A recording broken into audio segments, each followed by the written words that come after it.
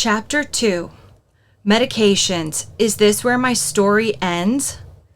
I still find it shocking that most of the medications prescribed for dizziness actually cause dizziness as a side effect. Medications are often the initial treatment plan for dizziness and vertigo. Many dizzy patients are not offered any other treatment options beyond medications. As a PT, it is not my role to prescribe medications. In this chapter, I will discuss key concepts about medications I consider when working with dizzy patients. This chapter is not meant to be a comprehensive review of every medication used to treat all possible causes of dizziness, but more of an overview of the most common medications prescribed to dizzy patients. We will discuss many of those medications in this chapter, along with the reasons that seeking care from a professional who has specialized training in assessing and treating the vestibular system may be a better long-term plan. I use the generic name for the drugs, which may be sold under a variety of trade names. The benefits of most medications for dizziness are to reduce the symptoms, to allow the person to feel more comfortable, and to improve their ability to function day to day. Anyone who has ever suffered with dizziness or vertigo can appreciate the need for that. Medications may be helpful for short-term relief to maintain some quality of life, or may be useful intermittently or occasionally. If a poor prognosis is determined after a thorough root cause assessment, then perhaps medications to suppress dizziness are useful long-term as well. However, all medications have side effects, and many medications can interact with alcohol. So, resolving the root cause of the dizziness or vertigo is a superior plan if that is possible. As you go along, keep in mind that all medications should be taken as prescribed. You should discuss any questions and concerns you have about your medications with your prescribing provider, since they know your individual situation. Make any notes in the margins that will help your advocacy with your PCP. All changes in medications must be supervised by your prescribing provider. In Chapter 1, you learned that the cause of dizziness is usually multifactorial, and therefore a multifaceted approach is most often effective to address all root causes of your discomfort. In many cases, more than one of your organ systems or body parts can be causing dizziness at the same time. The interaction of all the root causes of dizziness inside your body makes the problem even more complex and may even create a cascading effect. Unfortunately, the amount of specialization in our current healthcare system causes many providers to have tunnel vision. If multiple organ systems or different body parts are involved, the complex, interconnected causes of dizziness and vertigo may be overlooked and therefore go unaddressed. The treatment that dizzy patients often find today is focused on reducing the symptoms with the use of medications that mask the discomfort instead of resolving the root cause. Some medications target the cause of dizziness but still have possible side effects of dizziness. Some medications, such as antivirals and anti-inflammatories, are actually targeted to reduce the suspected cause of dizziness or vertigo. Therefore, those medications may help your body actually resolve the root cause of the dizziness. For example, a virus attacking the inner ear is a common vestibular cause of dizziness and vertigo. This condition is called vestibular neuritis or vestibular neuronitis if hearing is preserved, and vestibular labyrinthitis if hearing is affected. Antiviral medications may be prescribed to support your immune system in fighting back against the viral attack. Antivirals are actually focused on resolving the suspected cause of the dizziness in that case, which is great. However, possible side effects of antiviral medications include dizziness, nausea, vomiting, headache, depression, and fatigue. These antiviral medications may be prescribed for short-term use, for intermittent use as needed, such as before a dental surgery, or for long-term use, depending on your individual case. Some people need antiviral medications to address the potential root cause of their vertigo if they have a suspected viral cause. So the medication side effects are just an unfortunate result of the necessary treatment plan. Even so, the medication side effects may pile on top of the dizziness you already feel. Similarly, inflammation of the inner ear vestibular system can cause dizziness and vertigo for patients with vestibular neuritis or labyrinthitis.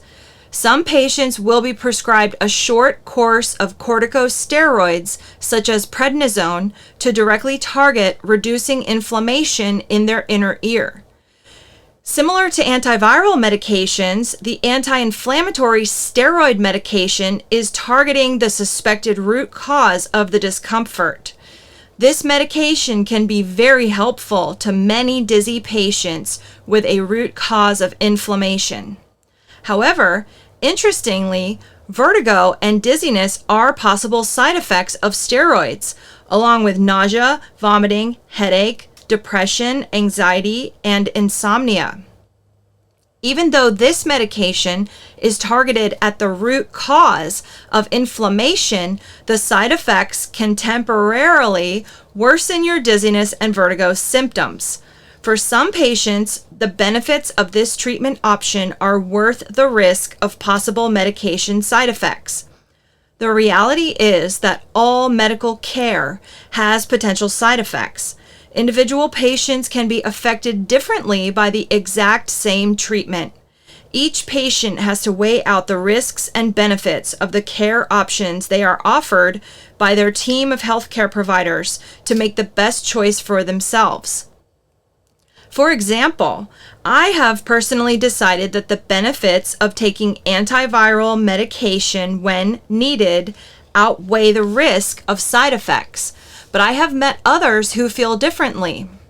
As you navigate the healthcare system, I encourage you to make informed decisions about your treatment plan. You can discuss the pros and cons of your treatment options with your healthcare providers directly. Even if you get relief by taking medications that target the root cause of dizziness and vertigo, like antiviral medications or corticosteroids, I encourage you to keep the root cause concept in mind. Identifying and addressing a deeper root cause, if possible, may be helpful to prevent chronic, recurrent episodes of dizziness or vertigo from viral activity or inflammation. For example, if prednisone relieves your dizziness or vertigo, then the root cause question becomes about the likely source of that inflammation. A viral infection in the inner ear may be the source of the inflammation, but there are other possible root causes of inflammation in the body that may need to be addressed for the best possible outcome. Ototoxic medications can cause vestibular damage. Many people do not realize that a current or past medication could be the root cause of their dizziness. Hundreds of medications are known to damage the ears, spurring temporary or permanent vestibular and balance disorders. This medication side effect is called ototoxicity, which means toxic to the ears. Some medications can contribute to vestibular problems due to their toxic effect on the brain and neurological pathways, or neurotoxicity affecting the vestibular system. However, in this section, we will discuss medications that are known to be ototoxic, which means they can cause auditory and vestibular symptoms due to the poisoning of the ear. This effect may be temporary or permanent. Aspirin at high doses is a common example of an over-the-counter medication known to be ototoxic. Aspirin may be prescribed to dizzy patients who are suspected of having a heart condition or a stroke. Possible side effects of aspirin include dizziness, tinnitus or tinnitus, which is ringing in the ears, nausea, and vomiting. Many people think aspirin is harmless because you can purchase it at any drugstore without a prescription. It is important to remember that even over-the-counter medications and supplements can cause dizziness as a side effect. If your doctor advised you to take aspirin and you are concerned that it may be causing ototoxic side effects like dizziness or ringing in your ears, you should discuss that concern with your doctor before making any changes. Another example of common ototoxic medications are certain antibiotics, such as ciprofloxacin. This prescription drug is sold under various brand names. It first came across my radar when I met a number of patients who were prescribed this medication to treat a sinus infection or a urinary tract infection and apparently developed serious inner ear vestibular problems afterward. This medication is very effective and helpful to fight certain bacterial infections. In fact, treating a sinus infection or a bladder infection with this drug as an oral antibiotic may even be a recommended treatment plan for people with dizziness if the root cause of the dizziness is the suspected infection.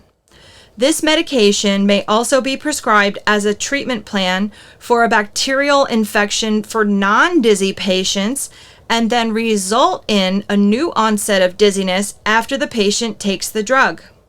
Ciprofloxacin is part of the fluoroquinolone class of antibiotic drugs, which are known to be ototoxic.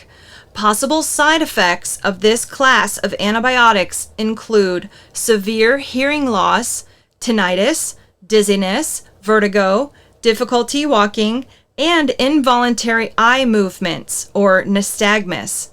This is just one example of an ototoxic antibiotic medication. You can discuss with your doctor the health benefits versus potential risks of taking certain antibiotics. Interestingly, even the smallest dose of ciprofloxacin used in antibiotic eye drops to resolve eye infections can potentially damage the ears and vestibular system. To prevent sepsis, it is important to catch infections early and follow the treatment plan your doctor recommends. Sepsis is a condition that occurs when the body has an extreme reaction to an infection. Almost any type of infection can cause sepsis, but it is most commonly caused by infections that start in the lungs, digestive tract, or urinary tract. Intravenous or IV antibiotics are often given to patients in the hospital with serious, life-threatening bacterial infections such as sepsis.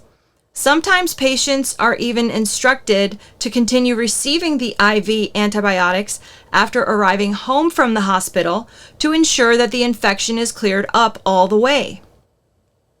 Possible side effects of certain IV antibiotics include dizziness, vertigo, tinnitus, and nausea. Certain IV antibiotics are known to be ototoxic, which means toxic to the ears and vestibular system. Ototoxic IV antibiotics may cause permanent hearing loss and damage to the vestibular system. However, the theory of this life-saving treatment is to preserve the patient's life despite the risk of long-term damage to their ears. One particular IV antibiotic, the aminoglycoside called gentamicin, seems to pose the greatest risk to damage the vestibular system.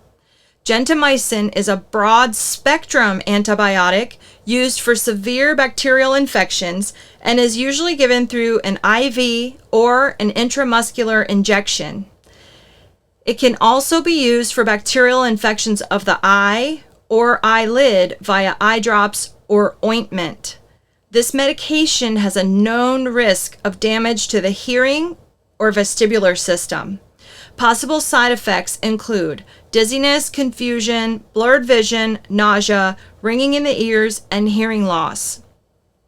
Sometimes when I work with my patients to trace back the origin of their dizziness during our initial root cause analysis, we suspect it started after taking an ototoxic medication such as an oral antibiotic or after receiving IV antibiotics.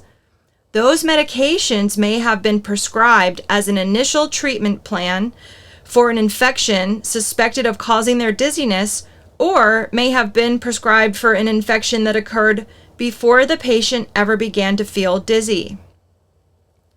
Other medications known to be ototoxic include platinum-based chemotherapy and specific cardiac medications at high dosages. Ototoxic medications often affect both ears, potentially causing balance problems as well as dizziness and vertigo. You must work with your healthcare providers to decide on which medications are right for your individual situation. I cannot speculate about what is right for you, so I encourage you to make an informed decision with professional guidance from your healthcare providers. Medications that mask or suppress dizziness. The most common medications prescribed for dizziness and vertigo are targeted to mask the symptoms or suppress the feeling. So they are not actually targeted for resolving the root cause. Medications that mask symptoms are definitely indicated for relief of symptoms and daily comfort, but these medications may not be the right long-term treatment plan for you. These medications may only help you get temporary relief. If you have had a comprehensive exam by an expert in dizziness and they stated that your prognosis for recovery is poor, then the best treatment plan for you may be to mask your symptoms with the long-term use of medications. However, if you have not been given a poor prognosis for recovery by a vestibular healthcare provider, then do not give up hope. Suppressing the symptom of dizziness with a pill as the first plan and only plan without having a comprehensive vestibular exam is not recommended in most research studies. This is because of the many possible side effects of medications and the great success of vestibular rehabilitation, also known as vestibular physical therapy or VPT, in resolving the causes of dizziness. Vestibular physical therapy offers hope for dizzy patients because it has a solid body of peer-reviewed, published research to back it up. Since many pills just mask the problem, the symptoms often return as the medication wears off. By looking for the root cause and addressing it directly, you may be able to potentially resolve the dizziness altogether and get back to living your life to the fullest. Vestibular physical therapy is targeted to reduce, if not completely resolve, your symptoms at the root cause level. Dizziness often requires medications and vestibular physical therapy to treat. A physician, nurse practitioner, or physician assistant will decide the type of medication and dosage necessary for each patient throughout their recovery. Types of medications that suppress symptoms. The following discussion focuses on common types of prescription medications for masking dizziness and vertigo and other co-occurring symptoms. The long-term use of suppressant medications to mask dizziness or vertigo is not ideal because all medications have side effects and the underlying cause of the initial problem often goes unaddressed. With that said, There are some times when medications to mask symptoms are valuable, so let's get into it. Anti-nausea medications. Feeling nauseous can be absolute misery. Medications that suppress the symptom of nausea can be very helpful to dizzy patients since nausea and vomiting can disrupt your life. If you seek emergency care for dizziness or vertigo, you may be given medication to suppress your nausea and vomiting. That medication has saved me many times at the ER. In this section, I will discuss 2 common medications used for suppressing nausea. One common prescription medication for nausea is called ondansetron. This medication is a serotonin blocker and is sold under a few brand names. Ondansetron may be given orally in various forms, such as a pill or a syrup. Of course, the problem with the oral route of administration is that you may throw it up before it has a chance to work. You can also take this medication orally using a film that goes on your tongue or a dissolving tablet that melts in your mouth. This medication can also be given intravenously, injected into a muscle, or inserted as a rectal suppository. Ondansetron is very helpful to many people, but it has possible side effects of dizziness, drowsiness, fatigue, tiredness, weakness, and headache. I currently keep a prescription of ondansetron in my emergency kit at home. I also keep a disintegrating tablet in my purse, my lunch bag, and my travel bag in case of emergency. I have decided that the benefits outweigh the risks for me if I need to take it a couple times per year, but many of my patients do not like the side effects of this medication. The other possible side effects of ondansetron that my patients complain about most frequently include constipation, trouble sleeping, and anxiety. Some of my patients take additional medication for those side effects if they need to stay on the ondansetron for a few days. Another common prescription medication for nausea is promethazine.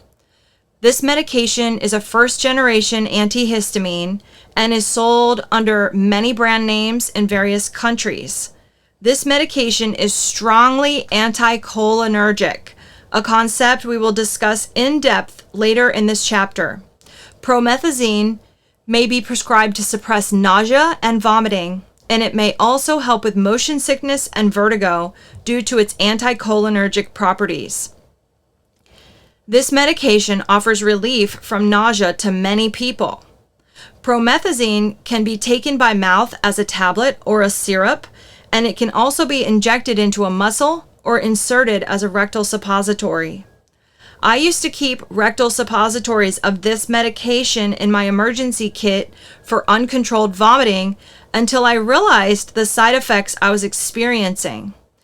Side effects of this medication can include dizziness, drowsiness, nausea, blurry vision, confusion, disorientation, dry mouth, and sometimes even vertigo.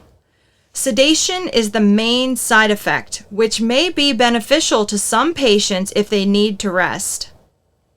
Keep in mind that people respond differently to medications and may experience more mild or more severe side effects than someone else who takes the same drug. Even though the side effects of ondansetron and promethazine are similar, those 2 common medications for nausea are in different drug classes. Therefore, they may interact differently with other medications you are taking. If you are experiencing nausea or vomiting with your dizziness or vertigo, you should talk to your doctor about which medication may be helpful to you. You may decide to tough it out without any medication, or you may opt to keep a medication on hand to suppress your nausea for use on an as-needed basis. Many of my patients use medication to suppress their nausea in order to tolerate the treatments they need with vestibular physical therapy. If a patient starts throwing up during vestibular physical therapy, we usually have to stop the treatment for the day. If they do not already have a prescription, I will typically advise patients to contact their doctor to request a prescription for nausea. so they can take it before their next VPT treatment. I have found that dry heaving is actually quite painful once the contents of my stomach are emptied. In the past, when I would have uncontrolled vomiting for hours to days, I would continue to drink lemon-lime bubbly soda throughout the day to avoid the pain of dry heaving and to attempt to stay hydrated. I have personally discovered that lemon-lime bubbly soda is absolutely delicious to throw up.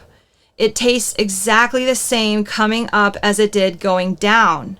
I almost never drink soda, but I am totally serious about this strategy to prevent dry heaving. You may want to drink some lemon lime soda if you are vomiting and have emptied out your stomach contents, but you do not have any anti-nausea medication on hand. If you are nauseous and vomiting for too long, you may need to seek emergency care for intravenous hydration with electrolytes and intravenous medication for nausea.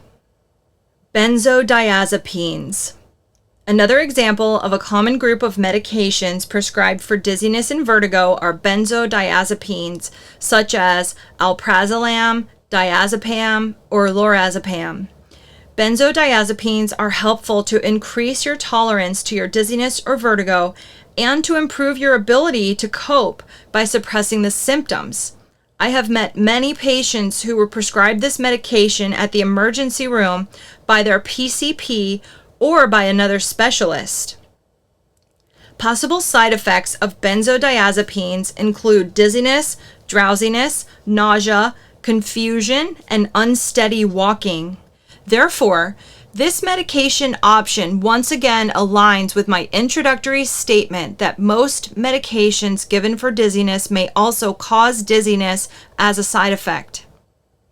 Research has consistently shown that benzodiazepines increase the risk of hip fracture in older adults.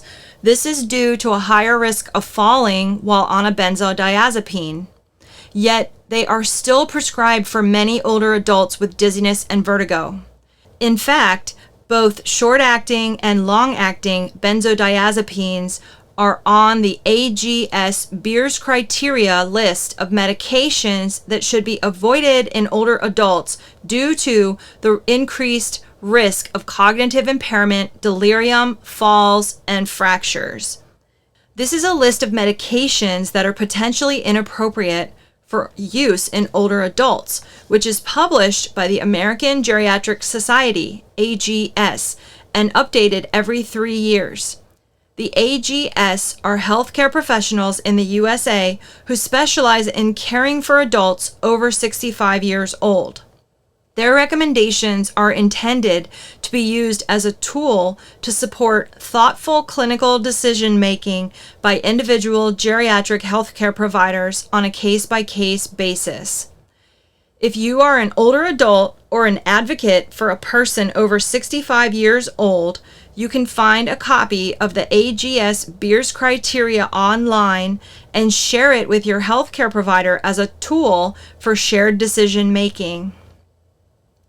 For my physical therapy patients with overwhelming and debilitating anxiety, I have found that benzodiazepines can be helpful for the patient to take before a vertigo assessment or a BPPV treatment session.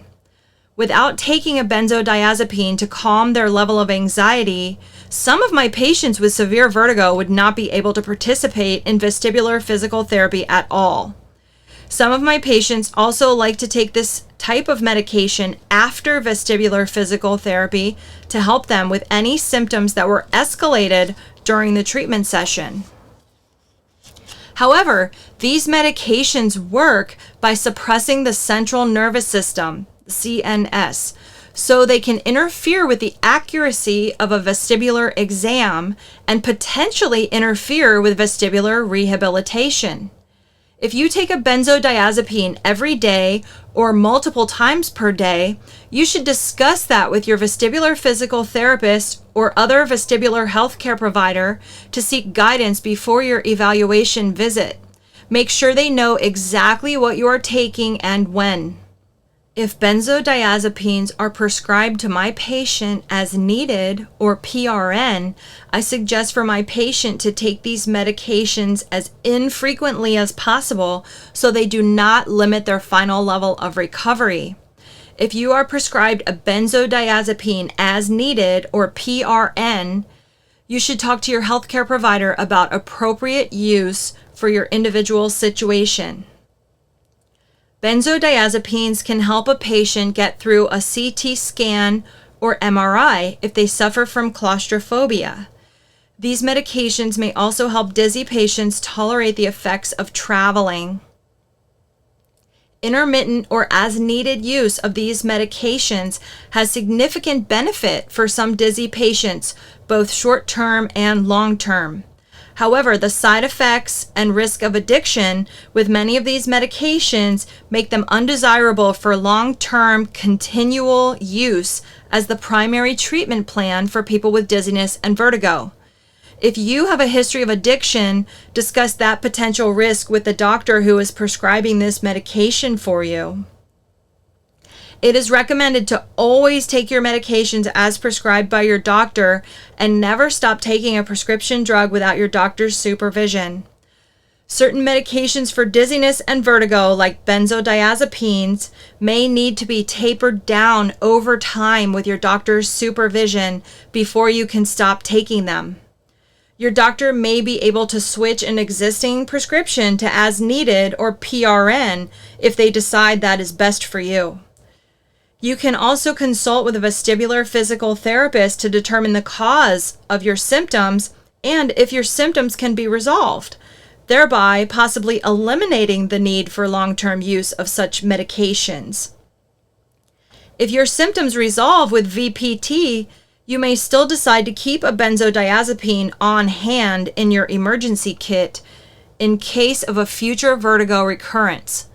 Some dizzy patients with a poor prognosis for recovery with VPT may benefit from long-term use of benzodiazepines to improve their quality of life.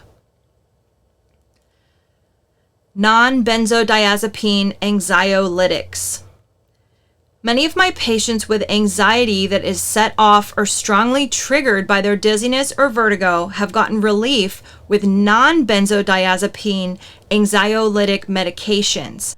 This includes selective serotonin reuptake inhibitors, SSRIs, such as escitalopram, and serotonin norepinephrine reuptake inhibitors, SNRIs, such as venlafaxine. These medications may reduce dizziness related to an anxiety disorder, panic disorder, or post-traumatic stress disorder, PTSD. However, working with an experienced prescriber is key to success. The two specific SSRI and SNRI medications I mentioned above have the possible side effects of dizziness, nausea, vomiting, headache, and insomnia. However, taking the medication may be worth the risk of side effects for certain dizzy patients, which should be decided on a case-by-case basis. I personally took an SSRI medication for a few years in my late 20s when I was going through a divorce. It was a very stressful time in my life, and I have no regrets about using this medication along with professional counseling to help me get through.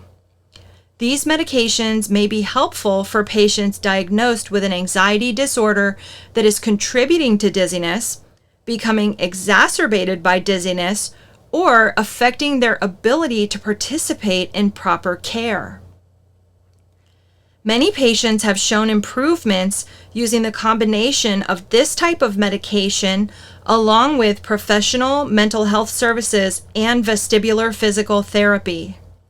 Mental health care that works effectively for many dizzy patients in combination with non-benzodiazepine anxiolytics and vestibular physical therapy is usually cognitive behavioral therapy, CBT, offered by a licensed clinical psychologist, neuropsychologist, clinical social worker, marriage and family therapist, or other qualified mental health professional.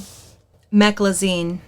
Many PCPs and even specialty doctors opt to prescribe meclizine to dizzy patients. This widely used medication is a first-generation antihistamine. Meclizine comes as an oral tablet, both chewable and non-chewable. Non-prescription alternatives to meclizine can be purchased over the counter at most retail pharmacies. Meclizine helps some dizzy patients feel better, while others have told me it makes them feel worse. Some patients say it helps with their nausea, but not with their dizziness. Other patients report that meclizine makes no difference in how they feel. Meclizine has possible side effects of dizziness, drowsiness, blurry vision, and impaired coordination. In addition, my patients frequently complain about the meclizine side effects of dry mouth, fatigue, headache, and constipation.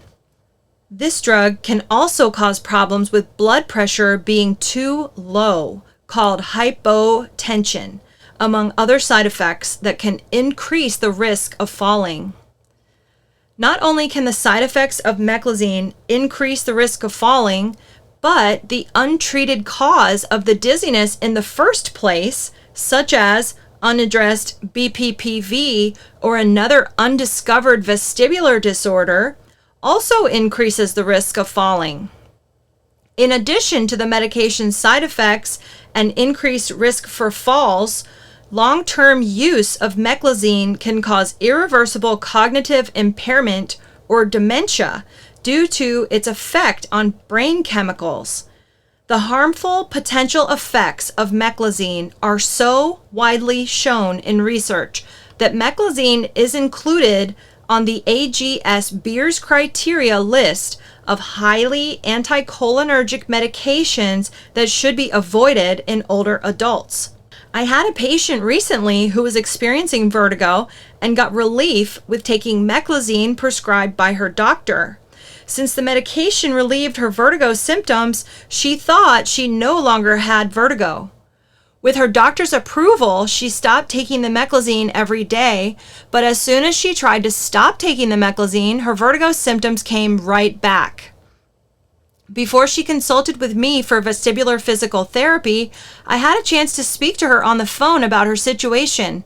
I explained to her the importance of determining the root cause of the vertigo symptoms and treating the root cause instead of masking the symptoms. The fact that she had a recurrence of symptoms when she went off the meclizine showed that the root cause of her symptoms had not been addressed and the underlying problem still existed.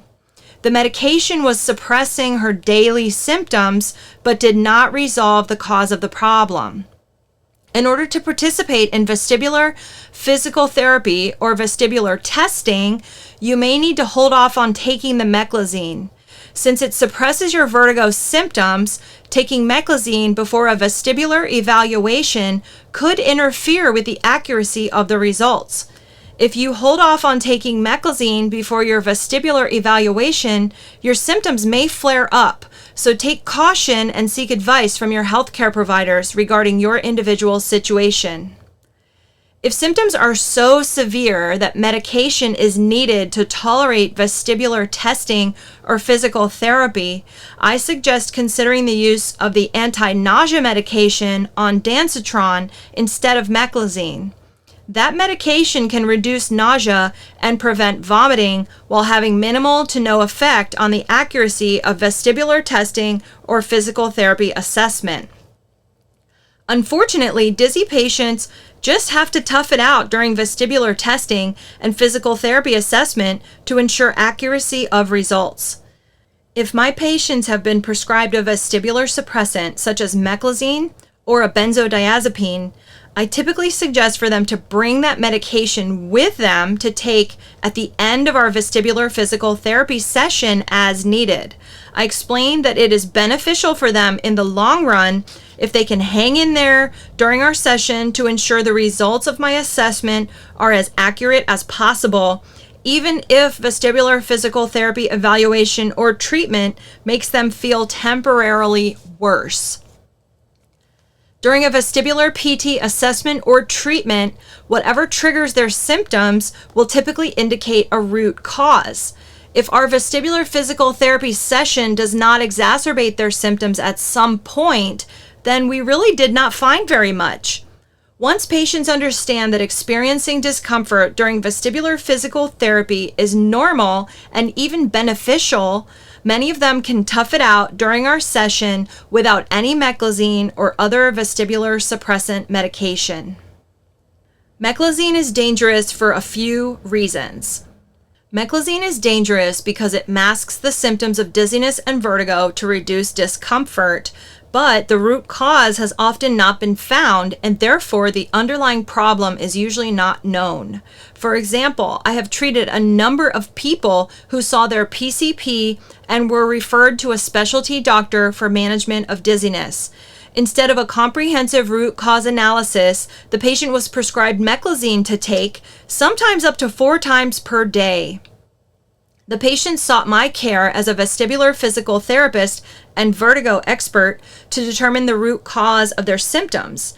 The meclizine was helping them function day to day to some extent by masking their discomfort, but the symptoms returned as soon as the medication wore off. Plus, the patients did not like the medication's side effects like dry mouth and constipation.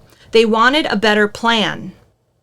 In some very serious cases, my history-taking phone call was sufficient for me to determine that a brain MRI was necessary as the next step. In other similar cases, my initial in-person visit with a comprehensive hands-on physical exam was the key to discovering that a brain MRI was needed as the next step. In multiple of these cases, a cerebellar tumor or an acoustic neuroma, which is a tumor of the vestibular nerve, showed up on the brain MRI. The patient's next step was to consult with a neurosurgeon to get the tumor removed. If they had settled for the long-term plan of taking meclizine every day indefinitely, never consulting with me to determine the root cause of their symptoms, those situations could have potentially become life-threatening over time. I don't want to scare you because it is rare that patients with dizziness and vertigo have a brain tumor as the root cause, but it does happen. Since I have seen thousands of patients with these complaints, I have experienced this multiple times. That is one reason using meclizine to mask symptoms instead of determining the root cause is dangerous. Again, I want to emphasize that if the root cause of dizziness or vertigo has been determined by a vestibular physical therapist or other vestibular healthcare provider and the prognosis is poor for a full recovery, then it is possible that meclizine is the best long-term plan to reduce discomfort day to day. But that determination needs to be made after the root cause has been identified. The second reason that meclizine is dangerous occurs when the underlying issue causing dizziness has not been identified and therefore may continue to impair balance and walking stability. The lack of resolution of the root cause often leaves the person with a balance impairment that has not been addressed. For example, a patient with BPPV may take meclizine to get some relief from their dizziness. Even if they no longer feel dizzy or spinny on the medication because their symptoms are suppressed, they may still feel off balance and unsteady with walking. An unidentified and unaddressed balance impairment increases the risk of falls in patients of all ages. Many older patients I have met who sustained a serious fall-related injury are on meclizine and have been taking it for many years to mask their dizziness. The third reason that meclizine and similar over-the-counter medicines are dangerous is due to the anticholinergic effect on the brain. Meclizine works on the central nervous system, CNS, to suppress the symptoms of dizziness and vertigo by reducing the activity of a chemical in the brain called acetylcholine. The most common medications on the market for preventing the progression of dementia are designed to increase the activity of acetylcholine in the brain. Think about that for a minute. Anticholinergic medications have been shown in research to cause irreversible cognitive impairment with long-term use. Yes, that is right. Even so, older adults are still commonly prescribed meclizine when they complain of dizziness or vertigo. Getting dementia is one of the biggest fears I hear people express as they get older. So the risk of dementia from long-term use of anticholinergic drugs like meclizine should not be disregarded or minimized. I have seen many patients who have never had a root cause evaluation by a vestibular healthcare provider and were prescribed anticholinergic medication like meclizine to take indefinitely. I have met many older adults who have been taking meclizine once, twice, or even 3 to 4 times per day for over 15 years for their dizziness or vertigo with no planned endpoint. They are beginning to suffer from early stages of dementia, yet they are not connecting their cognitive decline to the long-term use of the anticholinergic medication called meclizine. If someone takes anticholinergic medications for years, they have a much higher risk of dementia. This is sad but true and proven in research studies. I am never surprised when I meet physicians who have not heard of this type of long-term cumulative anticholinergic effect on the brain from certain medications that reduce acetylcholine like meclizine. I was actually informed about this problem by an accomplished physician who I've worked closely with for well over a decade. Sadly, her father was diagnosed with early onset dementia from taking an over-the-counter anticholinergic medication for many years. She became an outspoken advocate, educating her colleagues about the long-term cumulative effects of anticholinergic medications after it directly impacted her family. Bladder control medications are also commonly anticholinergic and have similar long-term effects on the brain. Now you can understand why I advocate for my patients to perform exercises that strengthen their muscles for improved bladder control rather than relying on medications. You may recall that promethazine, a medication we discussed earlier that can help with nausea and motion sickness, is also anticholinergic. My goal is to educate people and offer a better plan. I work as a team with the patient, their family, and their prescribing provider to identify and resolve the root cause of their dizziness and vertigo with vestibular physical therapy, so they hopefully no longer need to take meclizine. I think you probably agree with me by now that the status quo of widely prescribing meclizine as the first and only treatment plan for dizzy patients is simply not acceptable. As a dizzy patient navigating the healthcare system, you may have an opportunity to gently educate your healthcare providers as well. Old prescribing habits are hard to change. When is meclizine recommended for vertigo? With all that said, there are some instances and cases where meclizine is appropriate. 3 examples of appropriate use of meclizine or an over-the-counter alternative include the following. Number 1, short-term use for new vertigo symptoms. Number 2, situational use for motion sickness. Number 3, long-term use in cases with a poor prognosis for recovery. Many of my patients rely on meclizine for short-term use to get some relief while they are waiting for their vestibular physical therapy appointment. They may also keep some meclizine around the house to use during the initial onset if vertigo recurs in the future. The research in vestibular care supports the use of vestibular suppressants such as meclizine for the first few days of a new onset of vertigo.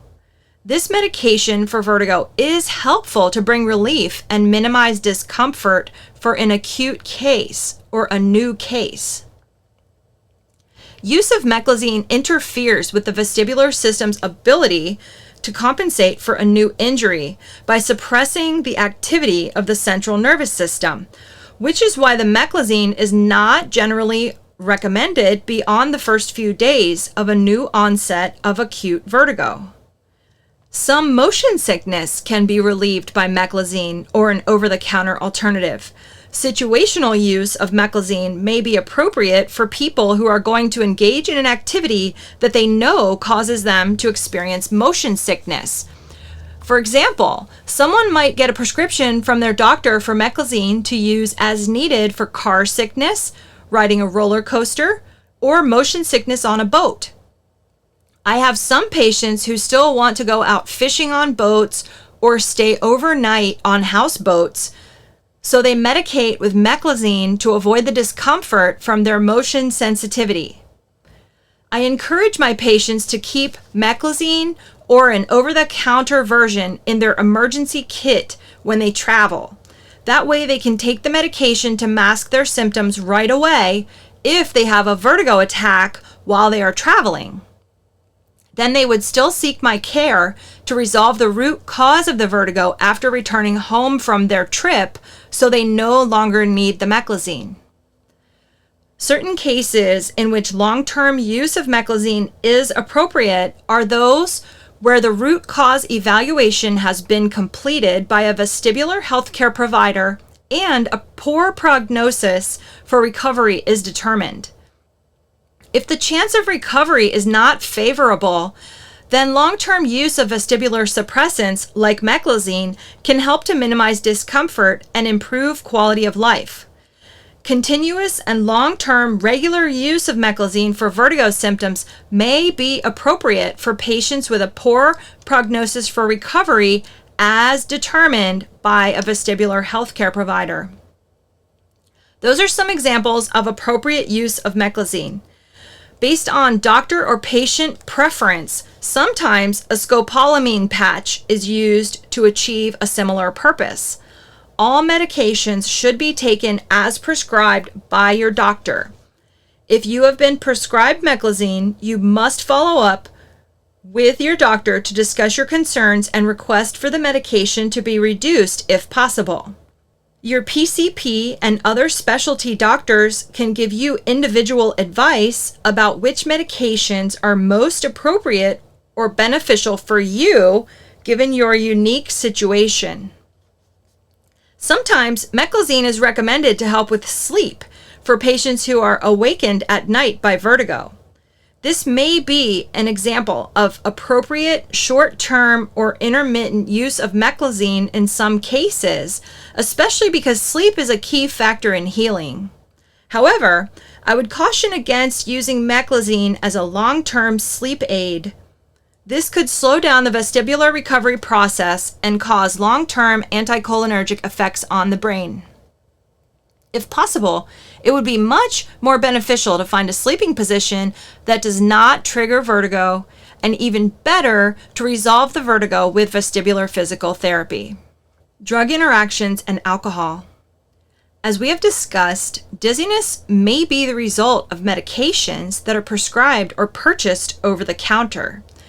The most common reasons you may experience dizziness related to your medications include, number 1, medication side effects, number 2, medication errors, number 3, over-medicating, number 4, improper dosing, number 5, interactions between multiple medications inside your body called drug interactions, and number 6, interactions with alcohol.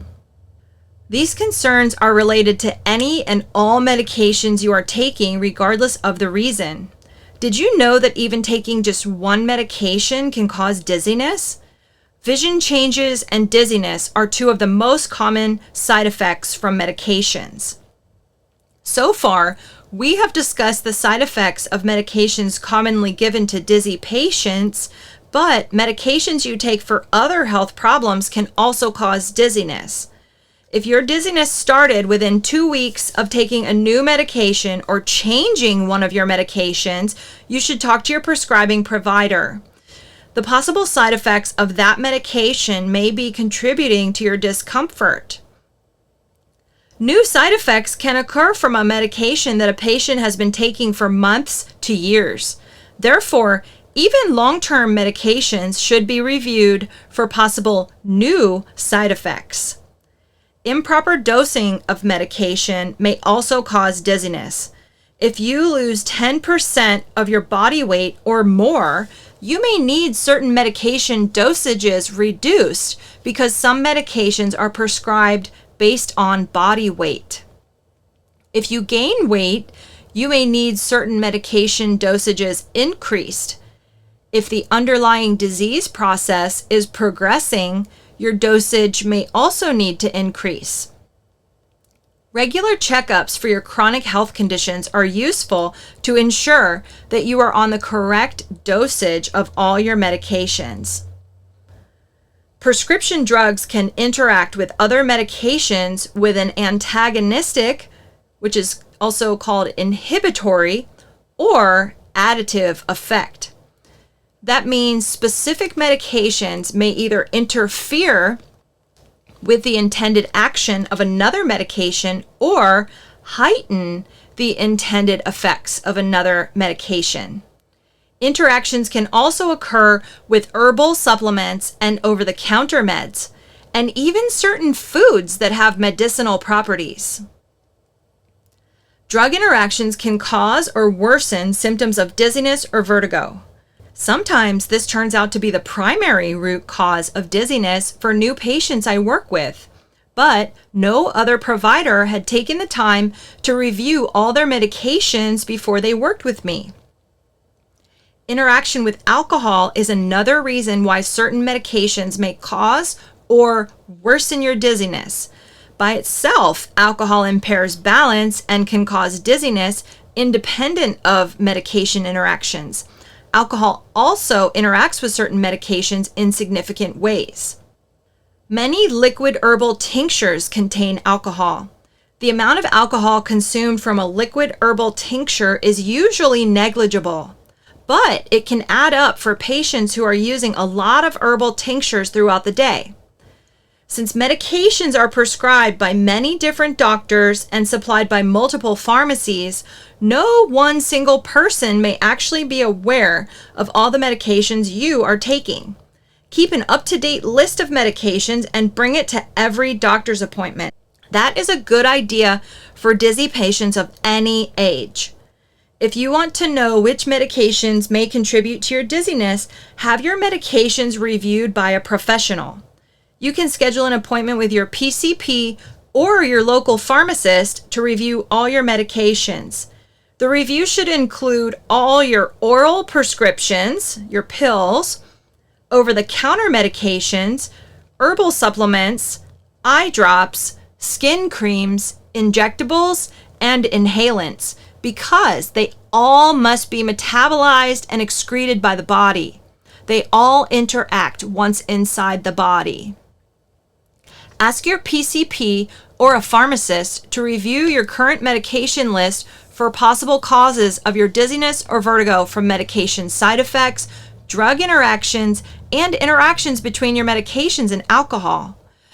You can either take all of your bottles of medications with you or bring a medication list to the appointment. Any changes with medications should be supervised by a physician. If you are over 65 years old, you can also ask if any of the medications you are taking are on the AGS Beers criteria list of potentially inappropriate medications for older adults. Don't be surprised if your provider has never heard of the AGS Beers criteria. Many healthcare providers are overwhelmed by caring for too many patients and keeping up with the constantly changing health insurance requirements so they can get paid. Unfortunately, the reality is that many healthcare providers may not have time to keep up with the latest published research. Choose a better long-term plan. Patients with recurrent chronic episodes of dizziness and vertigo, such as from Meniere's disease or vestibular migraine, will most likely always need some type of medication management. Therefore, finding an experienced physician, nurse practitioner, or physician assistant to prescribe appropriate medications and provide ongoing medical management is a key to living your best life if a disease or neurological condition has been diagnosed as the root cause of any chronic, recurrent, dizzy spells or episodic vertigo attacks. In those cases, a preventative medication regimen may be prescribed along with other medications to use as needed during an episode of vertigo. Those medications are specific to the diagnosis that has been determined as the root cause. I also suggest for many of my patients to create an emergency kit of medications they have been prescribed to mask their symptoms in case a future flare-up occurs. I personally keep both natural remedies and prescription medications for different symptoms on hand for as needed use, but I no longer take them on a daily basis. Long-term daily use of medications to mask symptoms is not the best treatment plan for many dizzy patients. BPPV and other vestibular disorders are commonly overlooked in dizzy patients and can be successfully treated with vestibular physical therapy. Once the BPPV is identified and successfully resolved, then medication to mask the vertigo symptoms usually becomes unnecessary. Instead of receiving this type of skilled VPT care, dizzy patients with BPPV and other vestibular disorders are often prescribed meclizine as their treatment plan, which masks the symptoms but does not resolve the problem. Instead of using medications to mask the symptoms of dizziness or vertigo as a long-term plan, dizzy patients should be referred to vestibular physical therapy to identify and hopefully resolve the root cause of the dizziness and vertigo. However, many PCPs and specialty physicians are not aware of vestibular physical therapy as an option for dizzy patients and instead rely on medications as they were taught in medical school. You may never know your prognosis for recovery from your dizziness and vertigo symptoms if a vestibular physical therapist or other vestibular healthcare provider has not evaluated you for a root cause. Talk to your doctor about your medication and treatment plan for dizziness and vertigo. If you have been prescribed meclizine or a benzodiazepine for long-term daily use for your dizziness, you may want to discuss alternatives with your doctor, like a referral to a vestibular physical therapist or other specialized vestibular healthcare provider for a root cause evaluation. As you can see, medications have an important role, but there are many reasons to go beyond medications and seek help from a vestibular physical therapist or other specialized vestibular healthcare provider. My goal for the next chapter is to teach you the basics about the vestibular system so you can prepare for that consultation. Take a deep breath of fresh air, fellow vertigo detectives. Next up is one of my favorite topics, so get ready to be a student of the vestibular system in the next chapter and discover why it should not be overlooked.